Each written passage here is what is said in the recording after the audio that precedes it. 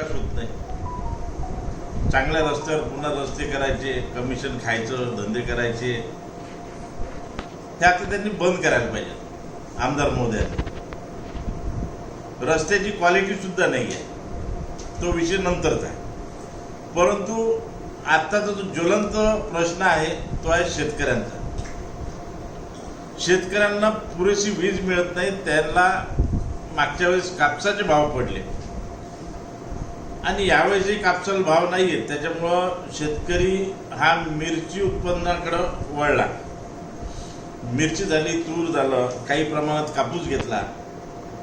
परंतु आता समजा कास्तकारांनी त्या पिकाला पाणी दिलं नाही तर ते पीक वाळण्याच्या कगारावर आहे।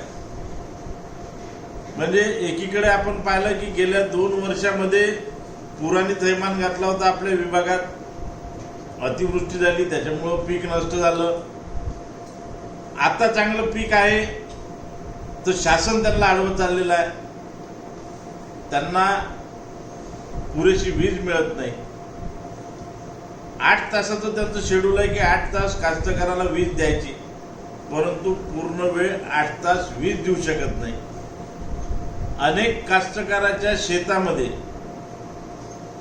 बोर किंवा विहिरी ह्या रेडीमध्ये आहेत, झालेल्या आहेत, ज्याच्यामध्ये पाणी आहे, परंतु त्यांनी अर्ज करून सुद्धा त्यांना लाईन देण्यासाठी, वीज मीटर देण्याकरिता आणखी शासन स्तरावर कुठल्याही हालचाली केल्या जात नाही। मला असं वाटतं की 2018 पर्यंत जे अर्ज होते,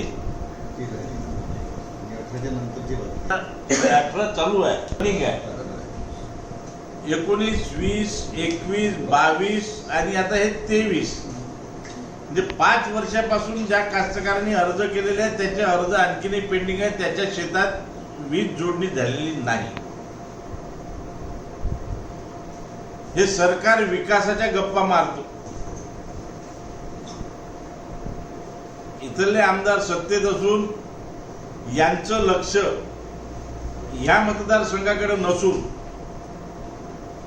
केवळ मलाईवर यांचं लक्ष आहे। आज कास्तकार हताश झालेला आहे। मतदारसंघामध्ये कास्तकाराला 8 तासाची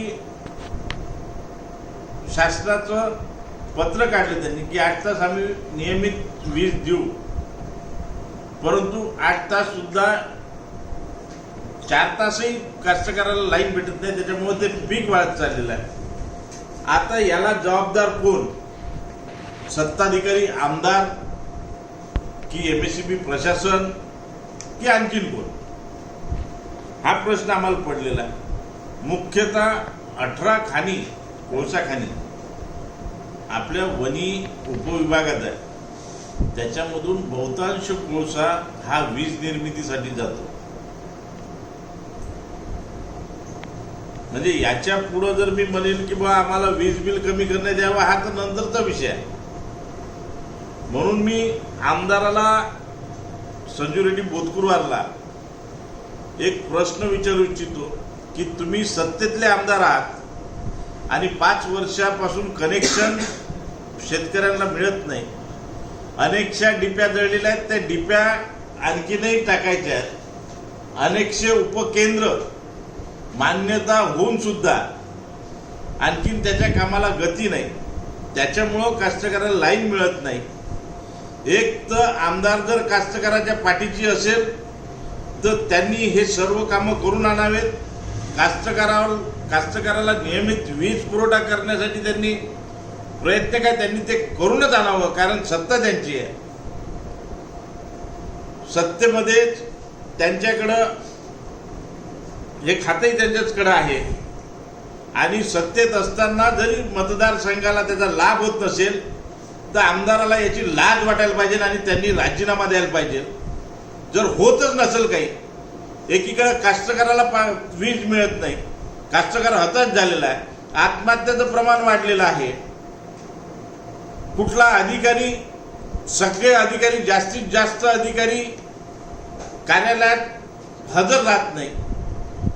किंवा त्या पोस्ट रिकाम्या आहेत, प्रभारावर ते काम चालू आहे, त्या कार्यालयात कर्मचारी कमी आहेत, तरी सुद्धा या आमदारांना काही घेणं देणं नाहीये. म्हणजेच असं की संजू बोतकुरवार आमदार हे निष्क्रिय आहेत. फक्त यांना, मी पुन्हा एकदा सांगतो की फक्त यांना मलाईचे कामं पाहिजे, ज्याच्यामधून कमिशन जास्त, ते कामं करण्यात त्यांचा इंटरेस्ट दिसत आहे. आणि त्यांची ताकद असेल तर माझ्या समोरासमोर त्यांनी येऊन बोलावं, पत्रकार परिषद दोघांनी मिळून फेस करावी, असं आव्हान मी संजू रेड्डी बोतकुरवारला करतो. कारण आता जर या लाईनमुळे जर माझ्या एखाद्या कास्तकाराचं पीक जळलं, पीक वाढलं, त्याला लाईन भेटली नाही, त्याच्यामुळे तो पाणी देऊ शकला नाही, आणि त्याच्या जीवाचं जर काही बरं वाईट झालं तर या संजू रेड्डी बोतकुरवारवर मनुष्यवधाचा गुन्हा दाखल व्हायला पाहिजे, अशी मागणी महाराष्ट्र नवनिर्माण सेना या क्षणी इथं करत आहे. येत्या 15 दिवसात राहिलेले जे उपकेंद्र आहे, ज्याच्याप्रमाणे अडेगावचं उपकेंद्र, त्याचं सुद्धा काम अडलेलं आहे. मारेगावात सुद्धा उपकेंद्र पाहिजे, त्याचं सुद्धा काम अडलेलं आहे. 8-8 दिवस ट्रान्सफॉर्मर भेटत नाही, आणि त्याच्यामुळं कास्तकारांचे जे नुकसान होते त्याला नुकसान भरपाई भेटत नाही. पीक विमे आजपर्यंत अनेकशा कास्तकारांचे मिळालेले नाहीयेत. पूर पीडितांचे सुद्धा पैसे यायचे. म्हणजे आमदार महोदयाचा माझा प्रश्न आहे की तुम्ही बसून करता काय? रोडचे उद्घाटन करणे म्हणजे हा विकास नव्हे. चांगल्या रस्त्यावर पुन्हा कॉन्क्रिटीकरण करणे, त्याच्यातून पैसे खाणे हा विकास नाहीये. जनतेला ज्या महत्वाचे काम आहेत, आज कास्तकाराचा प्रश्न आहे. मी आता यापुढे जनतेचे सर्व प्रश्न मी तुमच्या माध्यमातून आमदाराला प्रश्न विचारणार आहे. टोलवा टोलवीचे, उडवाउडवीचे जर उत्तर दिले आमदारांनी तर जनतेला घेऊन मी आमदाराच्या घरासमोर उभा राहणार आहे. आणि अधिकाऱ्यांना सुद्धा विनंती करतो की आपण या कास्तकारांच्या कामाकडे जर दुर्लक्ष केलं, रात्री लाईन देतो म्हणून सांगतात, कास्तकार रात्रभर शेतात असतो आणि लाईन वीज पुरवठा तिथं होत नाही. आणि अशा वेळेस जर मला रात्री बेरात्री फोन आला, मी पोलीस यंत्रणेला सुद्धा सांगून ठेवतो, तुम्हाला काय कारवाई करायची ती महाराष्ट्र नवनिर्माण सेनेवर तुम्ही कारवाई करा. जर माझा कास्तकार रात्री शेतात गेला आणि त्याला जर विद्युत पुरवठा मिळाली नाही तर मी रात्री उठून संबंधित अधिकाऱ्याला त्याच्या शेतात बांधून ठेवेल, जोपर्यंत लाईन येणार नाही. याची खबरदारी आता संबंधित अधिकाऱ्यांनी घ्यावी. आमच्यावर काय गुन्हे लावायचे ते लावा, परंतु याच्या पुढे कास्तकारांना, शेतकऱ्यांना महाराष्ट्र नवनिर्माण सेना मोकळं सोडणार नाही. त्यांच्या पाठीशी खंबीरपणे महाराष्ट्र नवनिर्माण सेना राहील. आणि पुनश्च एकदा मी सांगतो की आमदार महोदयांनी जर हे कामं केले नाही जे त्यांना करायचे, सत्तेत आहेत ते, त्यांना कदाचित याचा विसर पडला की ते सत्तेत आहेत. मागच्या टर्मला ते सत्तेत होते, याही टर्मला सत्तेत होते. ज्याप्रमाणे वामनराव सत्तेत असताना काही काम केलं नाही, त्याचप्रमाणे कासावर साहेबांनी जे केलं त्याचाच पाडा हे गिरवत आहेत. म्हणजे सत्तेतला आमदार असून सुद्धा काही फायदा नाही.